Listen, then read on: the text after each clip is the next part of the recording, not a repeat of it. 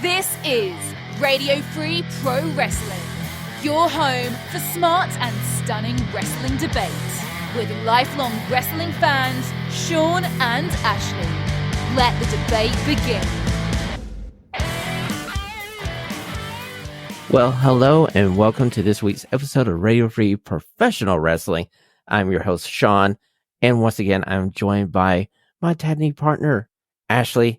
And Ashlee, we're coming to everybody on a very crazy and hectic and quite serious week in professional wrestling. Yeah, a lot of awful reports out there this. Okay, for everybody who doesn't want to listen to us discuss the alleged allegations between Vince McMahon and a former employee of WWE, you may fast forward until you hear the start of the Control Center music and you'll be good to go. We just want to give you an advisory right now that we're going to start the show talking about this court case, and there's some awful stuff in this court case. Yeah, I don't think anybody was ready for this. You know, actually, coming into this week, honestly, the biggest story we were going to talk about was two things. One, WWE Raw going to Netflix for $5 billion over 10 years with an option of Netflix adding 10 more years to that contract.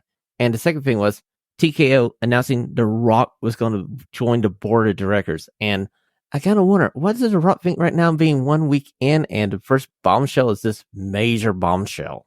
Yeah, I do not envy him right now. What a way to start off your job.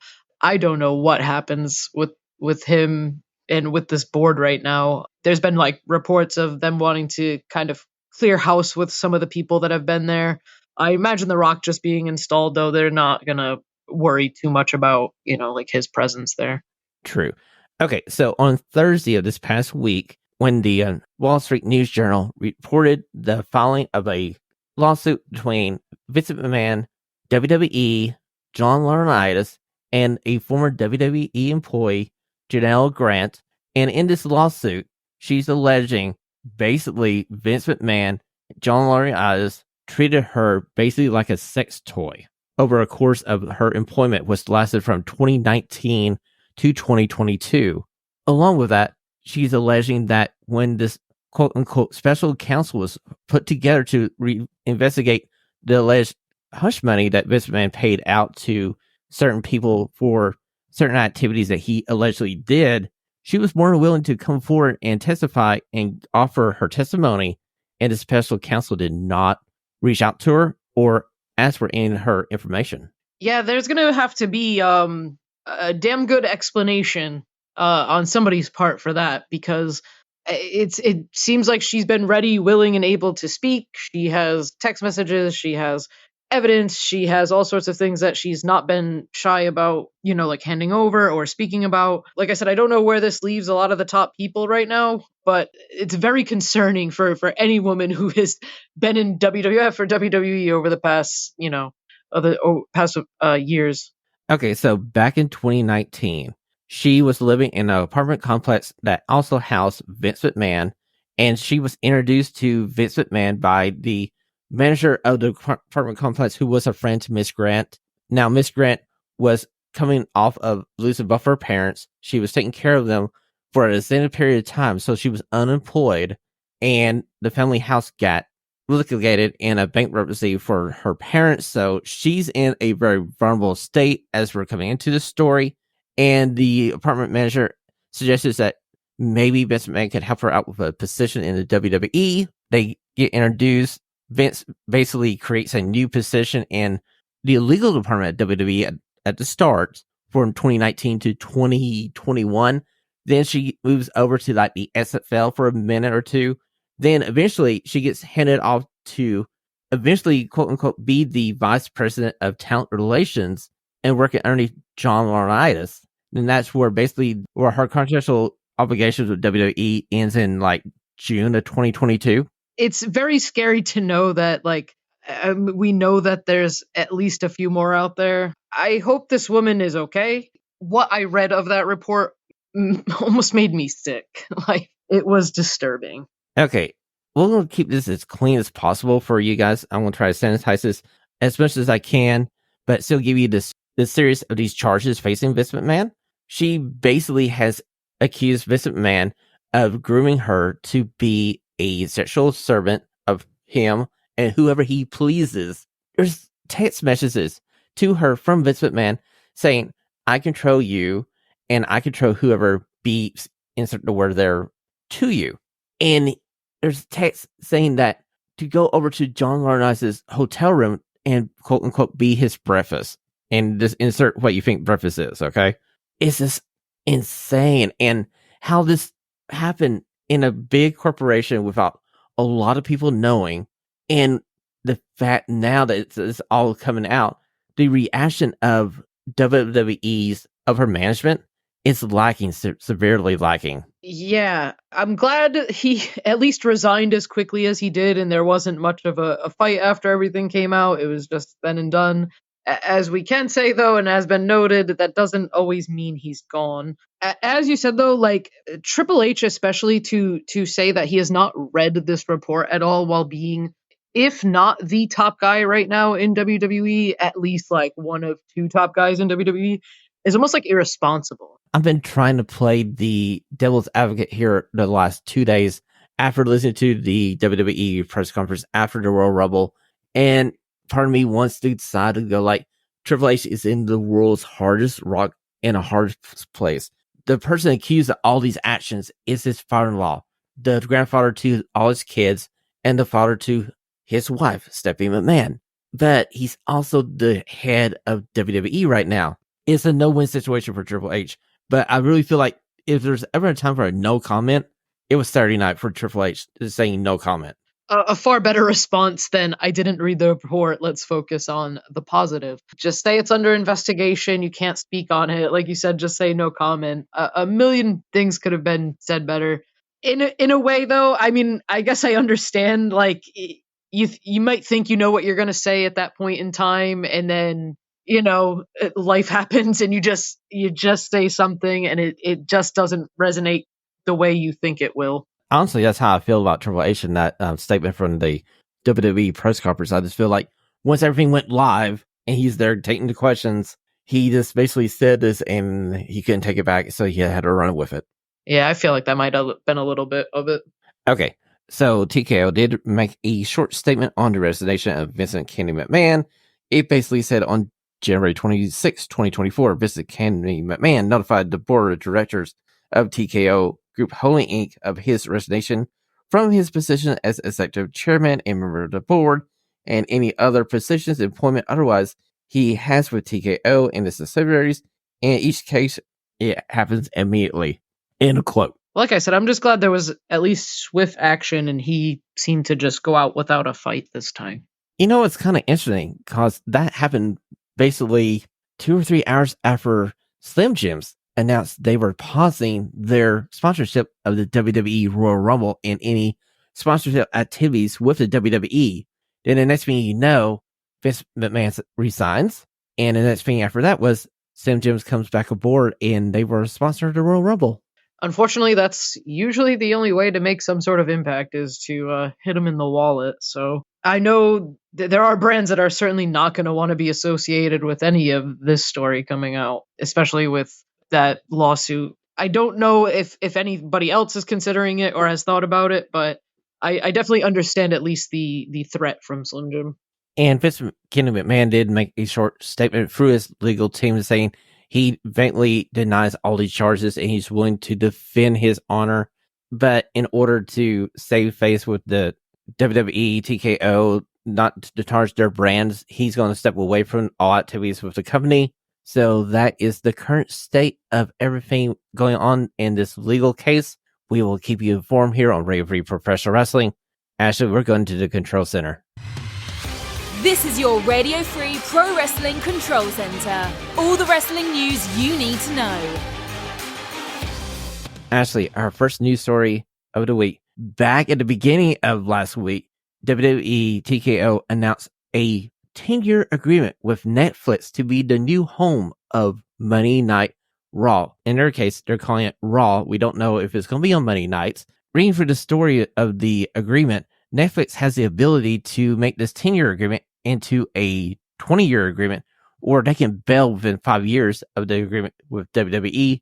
It's interesting that Netflix is the new home of Monday Night Raw. What do you think about it? It seems streaming is going to be the way to go for pretty much everything lately. So I don't blame WWE for getting in, and it's certainly going to help. I think both sides. If people aren't subscribed to Netflix right now, it's certainly gonna increase membership for Netflix. And obviously, we've been wondering for a little while where Raw was going to end up, and now we have an answer.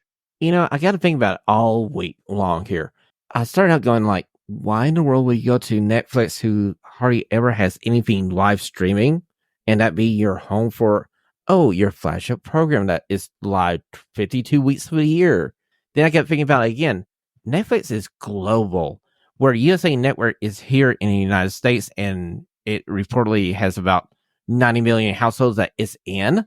WWE gets access to a wider array of viewers through Netflix. They can go to India. They can go into parts of China, areas where WWE hasn't had a strong presence yet.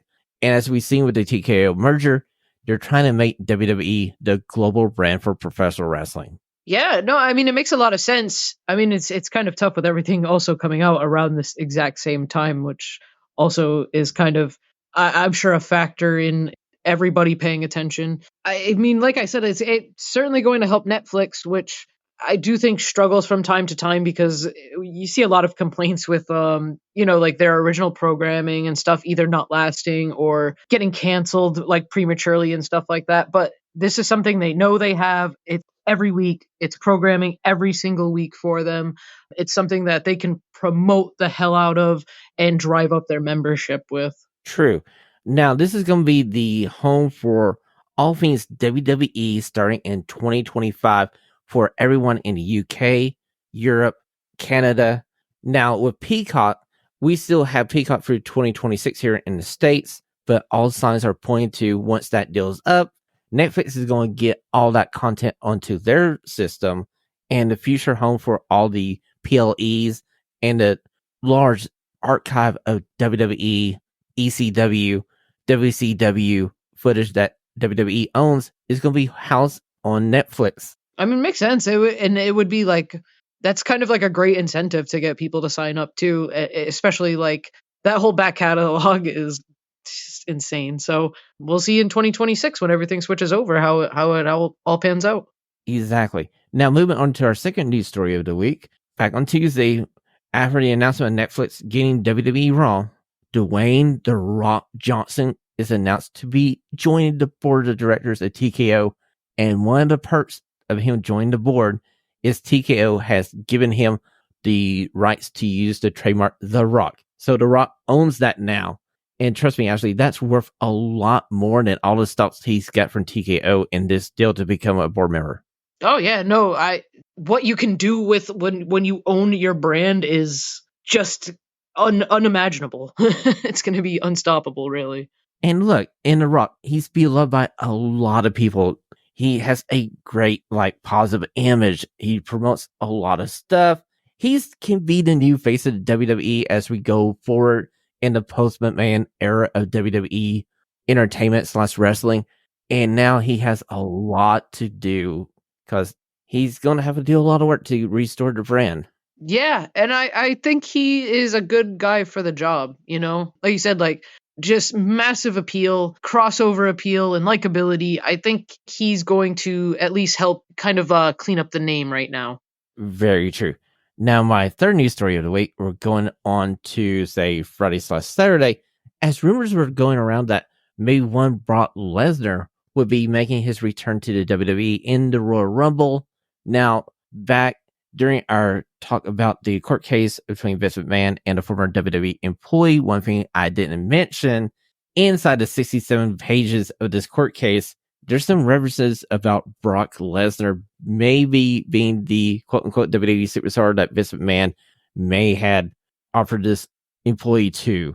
And it makes perfect sense now that TKO and WWE decided to hold off on bringing Brock back.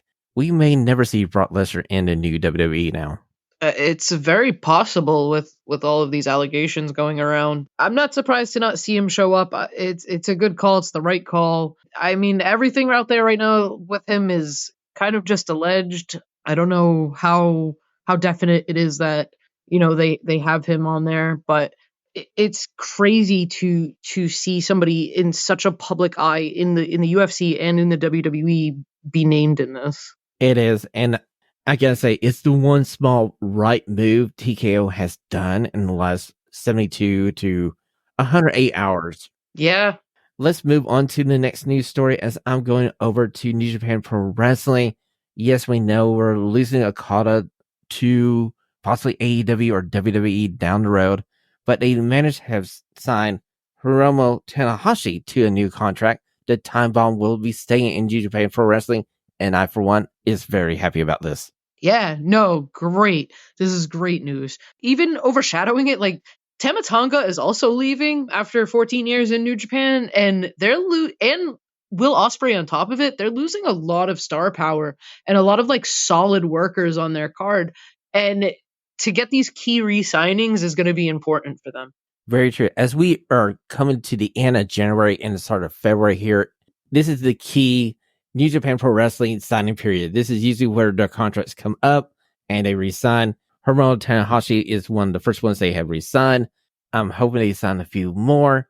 And like we said last week, there's a new open level to a lot of talent in New Japan Pro Wrestling because you're missing two main event players. Who's going to fill this void?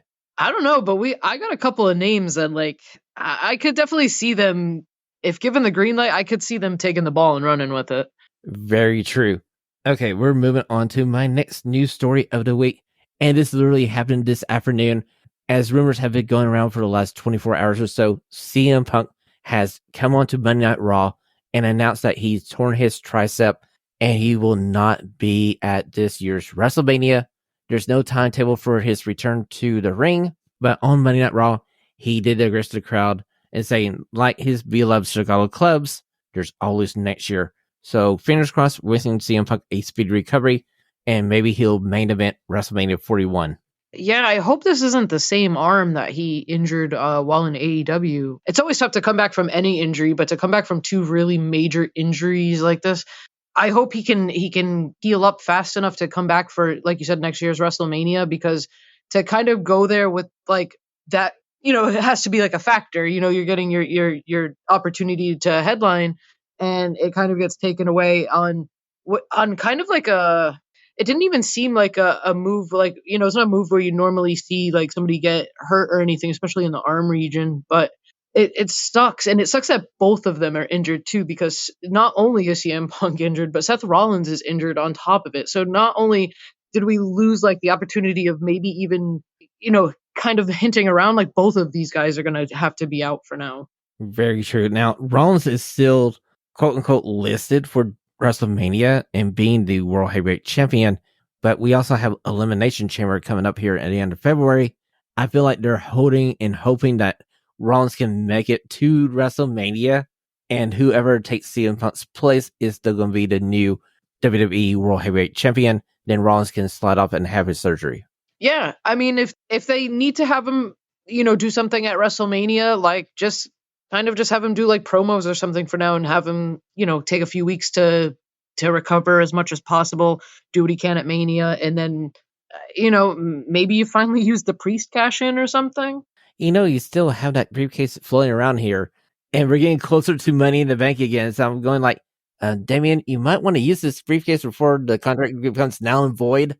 I know somebody else is going to win it and cash it in before he does. Okay, so I'll move on to the next news story. As this comes from the Post Courier, which is a newspaper in the southern South Carolina region. They did an interview with Adam Copeland, and Adam Copeland in this interview says that AEW is where he's ending his wrestling career. And the most interesting thing from this interview was he still doesn't know how Vince McMahon feels about him leaving WWE, as he left him a message and Vince never got back to him. This is Adam Copeland. Why do you not get back to Adam Copeland? Yeah, I mean, one of your top draws, your top guys for, like 15 years almost. And a top tag team performer for years before that. I don't know. I mean, he's Vince McMahon. He's doing a lot of stuff, so I don't know how busy he is in his off time. I gotta say that seeing Adam Copeland in this run in AEW, while it started kind of slow, these Adam Copeland Open things, like you said last week, are a gem. Yeah, no, these have been fantastic. And to get him versus Suzuki commercial free this week was great. I missed that before it was announced that it was going to be commercial free. Okay, my last news story of the week. Dark Side of the Ring is returning to Vice TV. It starts in March, and this is a interesting list of characters they're going to go through this season. We have the gentleman Chris Adams, Sensational Sherry, Terry Gorey, Black Saturday, which I didn't know much about because it was before my time.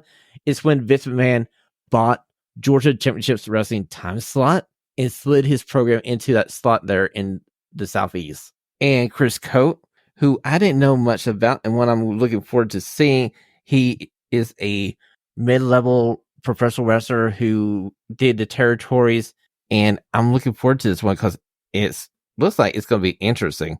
They're going to do the Sandman, Earthquake, Harley Race. I'm looking forward to this Harley Race one because there's so many Harley Race stories out there. I can't imagine this not being good. Buff Bagwell. And the final one is Bruce the Barber Beefcake. Ashley, which one are you looking forward to the most? I'm honestly, there's a few on there. I am excited to see the Black Saturday one, but I'm also excited to see the Sensational Sherry one. I love Sensational Sherry. That is going to be interesting because she was way ahead of her time. I can only imagine what she would be able to do in this era, which if she was in her prime in this era. She would be a manager, but she would also be in the ring kicking some ass. Hell yeah. Ladies and gentlemen, that has been your control center here for Radio Free Professional Wrestling, January the 30th, 2024. Ashley, let's slide over to our stunning 6 questions of the week. Time to ring the bell as Shawn and Ashlee debate 6 stunning questions from the week of wrestling. All the whys. And what the hell was that? In my very first stunning question, it comes from AEW Collision on Saturday night. The main event was a 3v3 escape the cage or elimination cage match, depending on who you're asking, between the House of Black, FTR, and Daniel Garcia. And there's so much controversy coming out of this match. Dave Meltzer reported on his show that the match was changed to escape because somebody in the House of Black did not want to do a job for the other team. Now, Brody King has gone on to Twitter to shut the sucker down, vehemently shut the sucker down. So, Ashley, what do you think about this match? It was a good match. I enjoyed this match. Now, granted, I thought the ending was kind of weird with the Miz and then Garcia trying to climb the cage.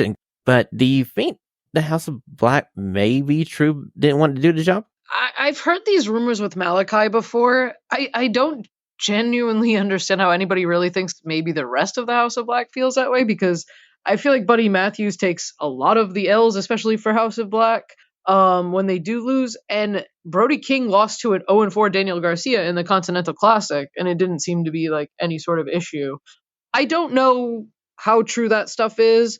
I did see Will Washington tweet that they changed the wording as to make it less confusing, and that was always supposed to be the stipulation. But I don't know. I loved the match. The in-ring stuff was fantastic. Yeah, I mean, it's FTR, it's Garcia, it's House of Black. It was going to be good. But that stipulation bogged that match down so badly because everything had to be so obtuse. Like, Dax and Brody had to be eliminated at the same time. Cash and Buddy had to be eliminated at the same time. And then Daniel Garcia, like, just walk out the door. What are you climbing for? Okay, if you didn't see the spot, Daniel Garcia is in the corner. Julia Hart comes up, misses him. I mean, like, full force misses him. And I'm going like, he can't freaking see. So we're going to get the spot where he's going to crawl valiantly to the edge of the ring and get near to the door. And Malachi is basically going to just walk over him, slam the door, and walk out. And House of Black wins the match, which I would have been perfectly happy with, okay? No, we get Daniel Garcia somehow managing to climb up a 20-foot high steel cage and coming down. Yeah, the ending made it so obtuse and awkward. I wish they would have just done like an actual elimination match and just have the guys be eliminated and have like a 3-on-2 for a few minutes, then get it down to 2-on-2, or, you know, maybe have be a 2-on-1 Daniel Garcia at the end or something. I don't know. It was just a weird call and a bad stipulation, honestly. I'm going to give them the benefit of doubt here with the House of Black. I feel like if AEW had hindsight and were able to go back in time, they would have led off the show with one of the announcers going, hey, in the main event, we have changed it. It's no longer an elimination cage match. It's to escape the cage match, as it's the House of Black making a change in the rules because they have the ability to change the rules, maybe something like that. That would work. Yeah, I mean, like I said, just an awkward stipulation. Either just leave it how you had it, or you didn't. I don't know. Like, it's cool to have a steel cage, but it might not have been necessary if it was going to be so convoluted. Because it was really convoluted. Because since you saw the two guys on the side of the cage and you knew there's tables underneath there, you knew they were going to go to the tables. And that's how they get eliminated. Check. And it's just like, it basically paints you in the corner because you have to work these things out. Where at one point, the House of Black was going to walk through the front door, leaving the match, winning it, all three together. Then they turn around and look at Garcia, and Garcia's like, finish me. And they're like, okay, close the door. They come back in, they continue. I would just leave, like, win the match. But it has made a very interesting Monday on Twitter. If you haven't seen it, go over and check out Brody King's Twitter account because it was interesting. He was defending his group, which I commend him for defending his group. Yeah, I mean, like I said, because I don't know how true any of this stuff is. I've never really seen anybody that I would consider like a news source or anything say that House of Black is unwilling to take these pins. I feel like people just feel like Malachi Black doesn't want to take pins. Buddy, like I said, Buddy Matthews takes losses. Brody King takes losses. It doesn't seem like there's much of an issue with doing it. No, I remember Malachi Black time in NXT, and he took some losses at NXT when it was the right thing to do. And if you watch this match back, he's the last person in the cage with Garcia. He's given Garcia a lot of offense, and he loses by having Mark Briscoe slam the cage door on him and let Garcia come out. Or actually, Garcia come down the cage as Mark Briscoe is slamming the door on Malachi. So I feel like, in a way, he did take the L here. Yeah. Like I said, he was injured for a long time. He came back. Like, I would like to see him have more singles competition. I'm not sure. Like, we've seen Buddy have some singles competition. We've seen Brody have some singles competition. Like, let's get the DG Malachi Black 1-on-1. Oh boy, that's a pay-per-view match waiting to happen. And hopefully we get to have that match before Buddy Matthews and Malachi may go back to the WWE. And if they do, that's their business, and I'll support them no matter what. Listen, if they don't want to be there, or if anybody is genuinely unhappy, well, I've said it before, get them out then. Like, not in a bad way. Let them go. Let them go be where they want to be. You can't, like, it's so crazy to me to keep people under contract who don't want to work there, on any side. Very true, Ashley. We're going to move on to our next stunning question. Stunning question number 2. Saturday night, the men's Royal Rumble, Cody Rhodes does something that nobody has done in 26 years. The last person to do it was Stone Cold Steve Austin. He wins back-to-back Royal Rumble matches. He's heading back to WrestleMania. Actually, my question for you is, does he really need to win this match at WrestleMania to finish this story? Or can Cody Rhodes exist without having the undisputed Universal WWE title? He can certainly do great things without it, but I think in order to finish it, he does need to win the title. Only because it seemed like that was the whole reason for coming back. Like, you have to, there has to be somebody that you choose to beat Roman eventually. Like, you have to settle on somebody. You can't, like, it's been 2 years you've been riding this guy's popularity. Cash it in. Actually, we just saw Saturday night Roman Reigns defeat Randy Orton, AJ Styles, and LA Knight in the same match. Now, granted, he needed a little help from Solo, and like now this match has become predictable. There's a Roman Reigns formula to his matches. Like we were talking about John Cena's 5 moves of doom. There's like 3 stages to a Roman Reigns match. 1, Roman comes down to the ring. 2, he gets about 90% of the offense. And as soon as the baby faces get anywhere near to getting a win, insert said cousin. It doesn't matter which cousin. It's a cousin. And he interferes. And Roman basically stacks him and pins him. That's how you do a Roman Reigns match in the last 3 years. Sounds like a House of Torture match. Like I said, 2 years you've been riding this guy's popularity. Everybody knows that Finish the Story was to win the title that his father never won. Do it. Pull the trigger.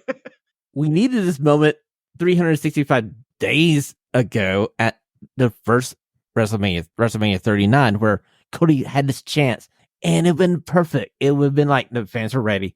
Roman has had a good long title run, and they were afraid to pull the trigger. And now here we are, almost a year later, and deja vu. We're going back to Mania. Can you imagine the Philadelphia crowd if Roman wins and Cody is in that ring without a title? I think it would be brutal, honestly. Last year was like brutal enough, like with the rubber chicken and all of that stuff that happened. But it wouldn't even make any sense to put Cody in this position again and to not pull the trigger this time. If they don't pull the trigger on this at WrestleMania in Philadelphia, the day after WrestleMania, if I was Cody, I'll pull a CM Punk, and the next thing you know, I'll be back on Collision going, let me tell you what I want to talk about. Yeah, I mean, they have to do it. They have to pull the trigger. It has to be Cody now. Exactly. There's no other choice. Cody needs to be the champion. So hopefully at WrestleMania, we can finally finish the story. And for the life of me, after WrestleMania, I do not ever want to hear the phrase, finish the story ever again. Yeah, I could do without it for a while. Okay, we're moving on to our third standing question, and we're staying in the Royal Rumble because finally we saw the in-ring debut of Jade Cargill as she was entrant number 28 in the Women's Battle Royal, and she got a dang good spot. She single-handedly eliminated Nia Jax, and the crowd in Tampa gave her a babyface cheer like no other. Yeah, well, somebody made the right call on that one. They knew what they were doing there. It was great, and I feel like WWE has done so much more with Jade in the limited time she's been there than AEW ever did in the 2 years she was there and the 60 wins they gave her. Yeah, I know. I've seen a lot of people online be like, AEW didn't fumble Jade. She was 50-0 and she was the TBS champion. And like, while I don't think they fumbled her, I mean, she wanted to go to WWE, so I don't think there was like anything they could have done to like change her mind in a way. When you have her at 50-0, she faced mostly talents that we would have seen on like AEW Dark or AEW Dark Elevation. She faced a lot of local talents. She faced a lot of like really undercard talents that aren't featured very heavily. She never had that moment. Like that moment with Bianca Belair felt huge because Bianca Belair is one of the biggest women in WWE. So immediately Jade Cargill is stepping up to her and showing matching strength, matching charisma, matching, everything. And to have that face off was great. If they would have benefited so much from having her have like, a Britt Baker face off or something in AEW, and they never pushed her to beyond anything than what she was doing. They never pushed her to that next level where, like you said, like WWE has already put her at that level. Ashley, during her time in AEW, I venture to say Jade Cargill hardly ever faces anybody on the level of Nia Jax. Let that statement sink in there, ladies and gentlemen. In her 60 wins, more than a few times did anybody rise above the level of Nia Jax? I mean, like I said, it was mostly like local towns. It was mostly people that weren't even getting like entrances for their matches and stuff like that. And I think the biggest storyline she had like a very short storyline with Nyla Rose that only went a few weeks. And then she had that storyline with Taya Valkyrie towards the end of her reign. And even that didn't really go that long. It was about a month or so. But like, as far as putting her against any of the top talent women in AEW, they never gave her that opportunity to see what she could really do. And now WWE is going to find out, Well, it's kind of like when I was listening to Brian Pillman Jr. talk to Chris Van Vliet. Brian Pillman Jr. was saying in the WWE, they give you every opportunity not to fail. And I feel the same way about Jade Cargill. They have invested a lot of money into her, and they're going to do everything in their power to put her in the best position to be a force, to be someone that would draw eyeballs to the TV set. And go back and watch that Rumble entrance of Jade Cargill and her staring down Nia Jax and her staring down Bianca Belair. They already got two storylines for her to go forward here. Yeah. No, I mean, it's like I said, like her in WWE is a perfect fit because they have the system they do. It's why you need these options. You need TNA, you need AEW, you need WWE because all these companies have a different style and a different system for their talents to go through and to come up into. And Jade is somebody who wasn't in wrestling before like 2-3 years ago. Like she needs to be developed more in that sense. And WWE is going to help her do that, whereas AEW is more sink or swim. Like I mean, they took Danhausen and they took his indie routine, his indie everything, and they were put him on TV, and they were like, "Here, do what you do." It gets over or it doesn't. Exactly. I would agree with you. I feel like AEW is the land where you need to be on TV ready because I don't feel they have the capability or the infrastructure to bring somebody from a quote unquote green state to be TV ready. No, not right now. I don't think so either. Like they certainly have obviously like a wealth of like talent with knowledge and stuff back there, but everybody is always focused on doing everything. Like everybody has multiple jobs they're producing, so not everybody is taking the time to like coach talent who are, asking for help or anything like that just simply because they can't. And WWE literally has an entire performance center and coaches and trainers to help with those things that Jade might not, have been taught in AEW or understand quite right just yet. Well, one thing we need to think about before we leave this question is the simple fact that AEW has only been around about 5 years compared to the 40 plus years of WWE. So eventually, maybe AEW will be in the position where they're just like the WWE. They can take a raw talent into their system and turn them into something like Jay Cardell, but they are just not ready to do that right now. Yeah, no, it would be cool to see. And like I said, I think they definitely when they bring younger talents in or newer talents in, it's definitely people who like Billy Starks who have like grown up in professional wrestling and already have like a style and like something like that. So they'll get there. It's like you said, it's just they haven't been around. They don't have that wealth of talent yet to be able to kind of expand out into that. Very true. Let's move on to our next standing question. As we're coming to standing question number 4 for the week, would you rather see the Okada one, Uzuka Okada in WWE or AEW? Well, you know what I'm gonna say. I'm very selfish, and he should be in AEW. But I could definitely see him going to WWE. Either way, he's going to have. He could, like you said, he could go to WWE and have a feud with AJ Styles right out the gate. That could be fantastic. He could come to AEW. He seems to love TNA. Who knows? He might shock everybody.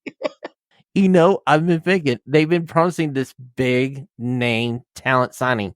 And granted, I feel like Nick Nemeth is big enough to be that talent. But could it be Okada? Could they make the biggest offer to Okada and go like, Okada, we're sorry about the first time you were here. Here's a big little bank load of cash. Can you come here and wrestle? He seems open to it now. He doesn't seem as I guess miffed with TNA as he was as the first time around. So it's good to see like the relationship repaired. This dude, wherever he goes, he's just gonna end up at the top of the card. Very true. And if the Royal Rumble is any example, when he appears on WWE TV, all those naysayers that say that he's not quote unquote a main eventer or the mainstream people will not know who he is, all you need is Michael Cole going, oh my God, as Suzuki Okada, the former New Japan Pro Wrestling Heavyweight Champion, and he's here in the WWE. And you have Corey Graves just go insane with all the stats, all the Okada knowledge that you need. And that 30 seconds as he walking down to the ring will set him off on a good path in the WWE. And yes, I'm still going WWE here. Hey, like I said, I could see him doing it, especially because we know that like Triple H he's made a play for some of these New Japan guys, and I wouldn't be shocked to see him land at least one of them. Very true. Let's go on to our 5th standing question of the week. As we were talking about the other pending leaving talent from New Japan Pro Wrestling, Will Ospreay. Now we know his final independent date is February the 18th for Red Pro Wrestling, as he's going to face their champion one last time. Then he's AEW bound. So my question to you, Ashley, is what does Will Ospreay mean to the British pro wrestling scene? What is his legacy in making British pro wrestling? in the last what, like 10 years, like almost invaluable. He's like synonymous with what you think of when you think of British pro wrestling. It's kind of funny that he's leaving at the same time as Okada, because I feel like he is basically the British version of Okada. He's that important to that country and the fan base in that country. Yeah, no, definitely. And it's so weird how their stories are so entangled and entwined, and they're even like leaving at the same time. It's so crazy that the year that this guy has had, just in this 1 year alone in 2023 and coming into 2024, he's only just scratching the surface of what he's capable of. Yeah, and it's just crazy to think that now there's going to be this big void in the UK for their next big name talent. Now, the current champion of RevPro, he could be that next person to fill that void, but that's going to be a very big set of boots to fill because it's Will Ospreay. Yeah, definitely going to take some time and, like you said, just gigantic boots to fill right now. But somebody's going to step up, and this is like, I'm kind of excited for a lot of things. Like I know that like there's a lot of like, sadness with like guys leaving and stuff, but it's also exciting because everybody has a lot of great young talent too. Very true. Just check out Rare Pro, check out Progress, ICW. I feel like this may be the start of a new golden era in British Pro Wrestling. And British Pro Wrestling goes in cycles where you have these top stars there, then they move on internationally. And the British Pro Wrestling scene takes a step back and they reload. And now we're just going to that period where we gotta wait till the next big name British talent comes out and we know who he is or she is. Okay, so we're down to my sixth and final stunning question of the week. Ashlee, we're just 1 month into 2024, but I need to ask this question. Do you think AEW has had a mission statement in 2024? And that mission statement is improve the women's division. I want to hesitantly say it appears to be true. We had kind of like our one women's match on Dynamite and on Rampage, but on Collision, we had a lot of women's segments and matches. We had pretty big Toni Storm and Deonna Purrazzo, like recap package. And I feel like that feud is getting over pretty well. It seems like everybody seems to like that one. We got 2 women's matches and a post-match promo from Serena Deeb. And oh, by the way, we got Serena Deeb back in the wrestling ring. We saw Mariah May and Lady Frost have a match. I mean, like, it feels like they basically went, oh, wait a minute, we have a women's division. And oh my God, they had all these talents here. We need to put them on TV. Imagine that. We can do 2 women's matches? Who knew? Consider mind blown. No, I'm very happy we seem to be at least making some serious strides, at least on Collision. Like, Collision seems to be like where they're making a concentrated effort to improve the women's division. But especially having Serena Deeb back right now is nothing but a positive. Ashlee, we need Serena Deeb versus Thunder Rosa as soon as possible. Yes. Please, please, please, please. Give me her versus like Queen Aminata. Give me her Chris Statlander. I have so many I want to see. Very true. So we're going to go ahead and give AEW a A- in the first month of 2024 under presentation of women in professional wrestling. I feel like it's a very strong improvement from 2023, and fingers crossed it continues. Yes. Hopefully we can continue this progress. And that has been your stunning 6 questions here on Radio Free Professional Wrestling. We're moving over to mine and Ashlee's favorite segment of the week. It's our top 5 matches. It's Shawn and Ashlee's top 5 matches of the week. As they count down their 5 favourite matches from the past week, did your favourite match make the cut? And Ashlee, I got a theme yet again. I'm going to let you guess what my theme is. Do you want to go first or second? I'll go first. I have one quick shout out. More for her overall presence on Friday. I wanted to just shout out Anna Jay. On Rampage, she had a backstage segment in a promo, and then she had a match with Ruby Soho. And I feel like they were both very good. Anna Jay is somebody who still very young, still learning, still going about, but I just thought a really good promo and a really good match from her. As we were talking about in the 96 questions, one of the things I have enjoyed about the first month of 2024 is like, wait a minute, we have Anna Jay here. We used to be pushing her. Let's push her again. I'm like, yes, please. Yeah, no, and they seem to be like maybe branching her out on her own now. So I'm kind of curious to see if they continue this push, because really good showing on Friday. So I just wanted to acknowledge that. But my actual number 5 is, all right, it's my number 5 sort of more for what it was than the match itself. It's Serena Deeb and Robin Renegade. We have not seen Serena Deeb in the ring in 15 months, I think it was. Exactly. It has been over a year and a half. I know that for sure. And boy, did I enjoy every second of that. It was short. It wasn't really much to write home about in terms of like moves. It's Serena Deeb. It was very technical, but Robin Renegade is also like a great talent to kind of bounce off of. But I was just so happy to see her back. She had some very scary health issues, and to know that she is healthy, she is back, she is here, and as she said, ready to take on some championship responsibility. I am here for it. Exactly. I mean, there's no better thing to see in the ring than Serena Deeb doing her craft. She's so good. To go from Danielson to Deeb on Saturday was like perfection. Well, my number 5 match of the week is going to shock and surprise a few people. And if David Brightly is listening, he's probably going to DM me and just cuss me out because I'm going to NXT.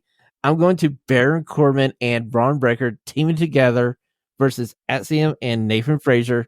I can't believe I said I enjoyed a Baron Corbin match, but Braun Breaker and Baron Corbin put together may be one of my favorite tag teams right now, and I can't believe I'm saying this. I love when you can find that. Like there's so many times I've seen a wrestler where like they try something and it doesn't resonate and it doesn't resonate and it doesn't resonate. And then they switch up the gimmick, they switch up their style or whatever. And then you're like, oh, there it is. That's it. Yes. Now you can connect with them. Now you can love them and stuff. Braun Breaker is fantastic. That spear was sick. And oh, hey, he got the spot that was open up with Brock Lesnar not being in the Rumble. And if you didn't see Braun Breaker in the Rumble, they're treating this guy like a main event player. And I got a feeling after this Dusty Cup is over, we may be seeing Braun Breaker on the main card. Fingers crossed. Yeah, no, they have so many talents too that they need to like bring up and just push them to the moon because they're ready. You put Braun Breaker there, do it. Like, let's see what he has. Like, put him on that main roster spot and let him go. Okay, Ashley, what is your number 4 match of the week? All right, so number 4, Rampage, Jon Moxley and Lee Moriarty. I feel like this was a match. I don't know if this was an actual attempt to consistently make Rampage worth the watch and worth the wait for 10 p.m. or if this was kind of like their quarterly try. Sometimes with Rampage that they try to have like a really good card, but I feel like Friday was like a really great card. And to have Jon Moxley on there, especially against somebody like Lee Moriarty, was fantastic. Lee Moriarty is somebody I want to see get like the Daniel Garcia push. He's another low mid card talent they have. They kind of push him every now and then, and he'll be part of Shane Taylor's promotion now. And if you didn't see the tag team match on Collision, Shane Taylor, Lee Moriarty versus Moxley and Claudio, go check that one out too. It didn't make my top 5, but I was trying to debate how to get it onto my top 5 list, and I'm happy that you had the singles match instead. Yeah, no, the idea of Shane Taylor promotions and the BCC going at it definitely is interesting. These are all like very heavy hitting dudes, so I'm into this. Well, interesting you say you like heavy hitting, because my number 4 match, I'm going back to Dynamite, because I didn't know I needed this match until I saw this match happen. And I'm talking about Adam Copeland versus Murder Grandfather, Minoru Suzuki. Oh my word, in the year 2024, we just got to watch Adam Copeland versus Minoru Suzuki. I can go on with anything else now, because that match was freaking amazing. They beat the hell out of each other. And I love the fact that after the match, Copeland is trying to do the respect thing, and Murder Grandfather is like, I ain't gonna have none of that. I don't know if he's ever been hit that hard. That was vicious, some of those shots. Not very long, but didn't need to be. Just throwing some haymakers. Very true. So, Ashley, what is your number 3 match of the week? All right, so number 3, I went with New Japan, Road to New Beginning. Zack Sabre Jr. and Tiger Mask. Very technical match, of course, with Zack Sabre Jr. A lot of reversals, a lot of just smooth in-ring reversals and stuff like that. Definitely really enjoyed it. And I'm Zack Sabre Jr.'s shit talking for Bryan Danielson and the build-up for this match is fantastic. That was a very fun opener to watch about 5 o'clock in the morning because I watched it live and I loved every minute of it. And just the fact that it set up DMK for the rest of the card. And you were thinking maybe just maybe they'll lead a new never open 6-man tag team champions at the end of the night. More of that to come later. But this match with Tyler Mass versus Zack Sabre Jr. is a must see and well worth your $9.99 to have New Japan Pro Wrestling for a month. So my number 3 match, I'm going to TNA Impact Wrestling. It's their main event, as they had 2 hell main events week after week here. And this week, we had the Machine Guns and Okada versus the System. Now, the System is Moose, their current champion, Brian Myers, and Eddie Edwards. And the fact you see Okada in a TNA ring after his first stint in TNA, 1, that's kind of impressive. 2, this match was kind of fun because Okada is out there just having fun with Myers and Moose and Edwards, and Myers has to eat a Rainmaker. He ate it like a champ, and actually hit the shell shot for the 1-2-3. Okada and Motor City Machine Guns is like a dream team. You know, the whole idea of Okada going to TNA after seeing that match is like, Okada, TNA. Yes, TNA is where you need to go. I'm, like I said, like, genuinely, like, I would be surprised, but not really that surprised. And it kind of left me wanting to see Moose versus Okada. And you know what? Why not put the TNA World Heavyweight Championship on Okada? I mean, like, that would be a fun match. That would be really fun.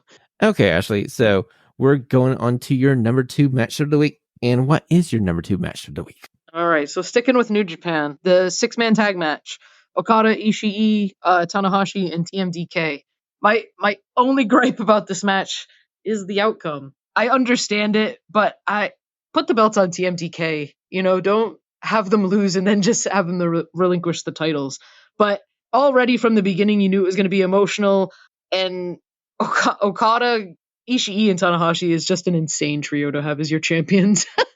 Okay, so I'm going to put a pin in this. This is my number 1 match of the week. I'm going to go ahead and tell you what my number 2 match of the week is. And I'm going to offer you my counter argument to your argument that TDMK should have been the champions. I feel like it was okay for them not to be the champions, and I'll explain more later. But my number 2 match of the week is another match I didn't know I needed until they put it together and put it on Collision. It's the American Dragon, Bryan Danielson, versus Yuki Nagata, Blue Justice himself. Oh my word. If you didn't think Adam Copeland and Murder Grandfather was cool, go check Collision out, because the American Dragon versus Nagata. Oh my freaking word. That was great too. And please, can we have another one, please? That's my number 1. Fantastic. Yuji Nagata is 55 years old. He gets up and puts on a match of that quality. Insane. Bring all the New Japan talents over. Let Bryan Danielson fight all of New Japan. Yes, just fly one over every so often, maybe once a week, once every other week, and give them like 20 minutes on Rampage or 20 minutes on Collision, and we will be perfectly happy. Yeah. Okay, so you said that was your number 1 match of the week. We're going back to my number 1 match of the week. And yes, it's from Corrigan Hall. It's Okada's final match in Corrigan Hall. If that was emotional enough, just watching the Rainmaker walk out to the ring as the fans are already chanting Okada as soon as his music hits. And he walks out and he takes it all in. And to me, Ashley, there's no way, when I saw the reaction of the crowd and Okada, that they're going to let him lose this final match in Corrigan Hall. No. No, that's what I figured. It's still, like, I'm not saying you have to, like, you know, pin Okada or beat Okada himself or anything. It sucks to have, like, somebody lose and then them just vacate the titles. Well, I got a feeling that maybe they'll allow the other 2 members of that team to add a 3rd member to defend these titles. And there may be a rematch for DMK down the road with a new trios to face. But this moment was perfect. And I'm happy that Okada gets sent off with a win. And he literally breaks down in the middle of the ring, thanking the fans to be there for him and cheer him all these years as this is his final time. And I gotta say, Corrigan Hall is probably the most famous arena in Japan. I think is above the Tokyo Dome. And just to have that last match for now was great. And it left me going like, I feel for Okada, and I could feel the emotion as his tears are raining on the side of his face. I'm like, Sad for him, happy for him. Yeah. I can't wait for the next chapter. Yeah, no, definitely. I definitely understand not like wanting to have Okada lose and stuff like that. I just sometimes you have a chance to kind of make somebody like a big star as well. I'm not saying, like I said, I'm not saying like you had to have anybody pin Okada or anything, but it's so even Ishii breaking down in the post match like comments and stuff about Okada leaving, like the toll that this has on not only just like the talents, like it sort of sucks to not see Okada and Fujita be able to go at it again right now, because that whole story in that match between those two is phenomenal. Eventually, I'm hoping New Japan can work with Okada to bring him back over for maybe Dominion, or maybe you put that on a Wrestle Kingdom card where you give the young lion the opportunity to have that victory over Okada, and you set him off as being the next big thing in New Japan Pro Wrestling. That would send anybody through the roof, and especially Fujita, who I feel like has a lot of support already. Like he's super over. He's definitely got the talent, and I can't believe he's only like 21, 22. They said he's so young. It's really scary, the fact that he's that young but yet that talented. I mean, the sky's the limit for this guy. So, Ashlee, your number one match of the week. I know it's the American Dragon. I know it's Nagata.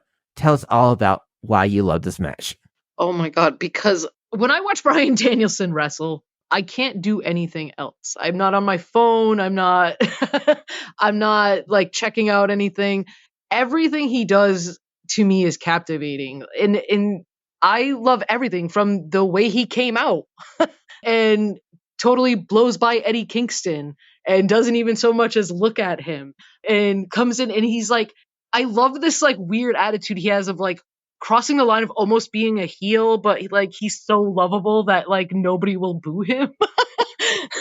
It's interesting because, yes, he does a lot of heel tactics, and he's like the biggest jerk to Eddie Kingston ever, but yet the fans who cheer for Eddie Kingston will cheer for Daniel Bryanson.